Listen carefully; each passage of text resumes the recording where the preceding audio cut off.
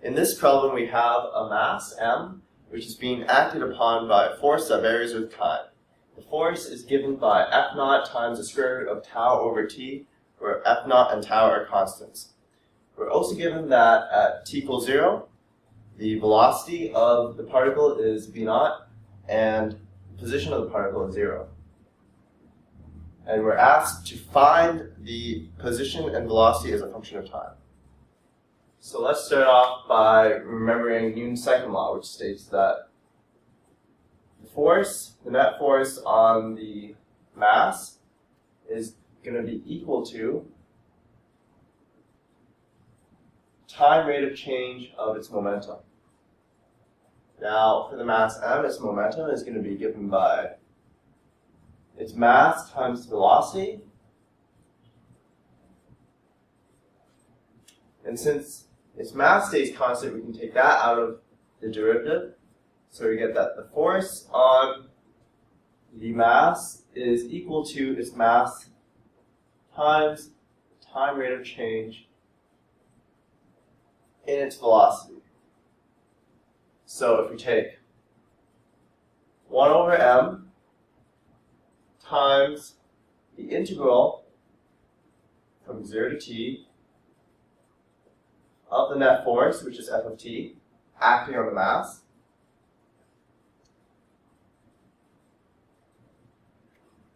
and we're going to use the dummy variable t prime to indicate that t prime is the dummy integral, and we're going to substitute in the fixed variable t after we've evaluated the integral. So from this equation, we get that 1 over m times this integral from 0 to t of the net force of the mass with respect to dt prime is going to be given by 1 over m times the integral from 0 to t of m times dv dt prime.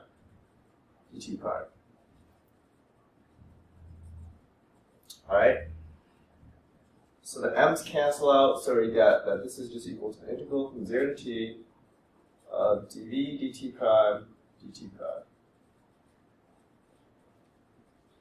Now, by the fundamental theorem of calculus, the integral of the derivative is just going to be the function itself.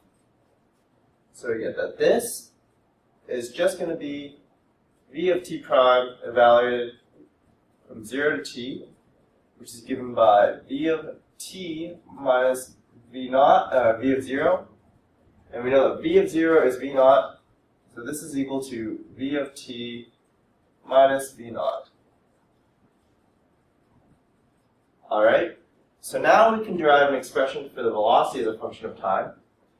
So the velocity as a function of time is going to be given by v naught plus 1 over m times the integral from 0 to t of the force as a function of t prime dt prime, where t prime is just a dummy variable that we're using within the integral. So if we plug in our expression for the force on the mass, we get that this is equal to v naught plus 1 over m times the integral from 0 to t of f naught times, we have the square root of tau and the square root of t prime, dt prime. So since m, f naught, and tau are constant, we can bring these terms out of the integral. So when we integrate, we get v naught plus f naught square root of tau over m times, and this should really be,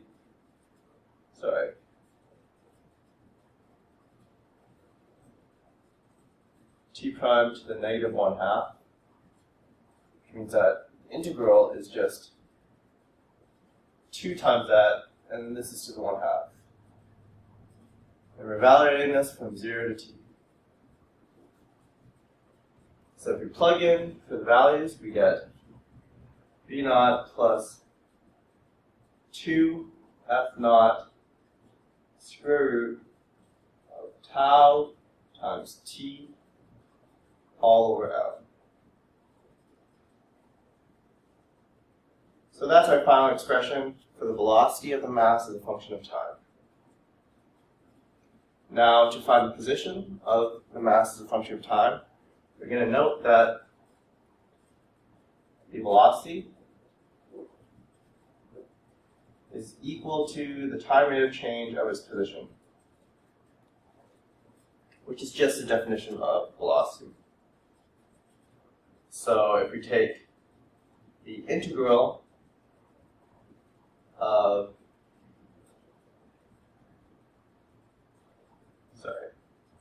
if we take the integral of the velocity as a function of t prime from 0 to t with respect to dt prime, then we're going to get the integral from 0 to t of dx dt prime times dt prime. And again, by the fundamental theorem of calculus, the integral of the derivative is just going to be the function itself. So x of t prime evaluated from 0 to t, which is equal to x of t minus x of 0. And since x of 0 is going to be 0, then this expression is just x of t. So we have that the position as a function of time is actually just the integral of the velocity as a function of t prime, integrated from 0 to t.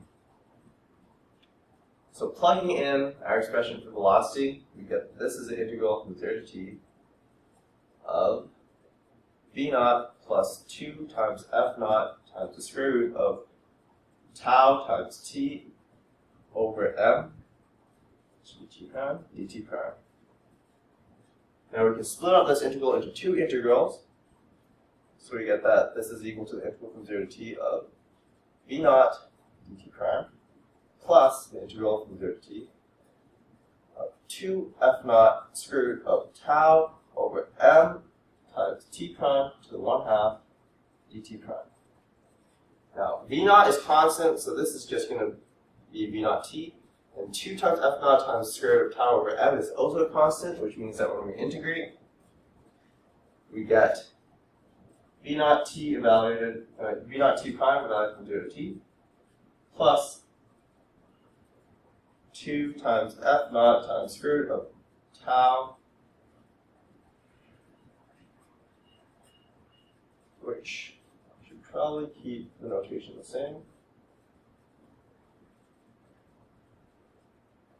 over m times 2 over 3 times t to the 3, or t prime to the 3 over 2, evaluated from 0 to t.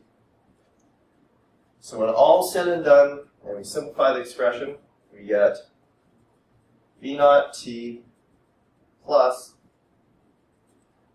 4 f naught times the square root of tau times t cubed over 3m.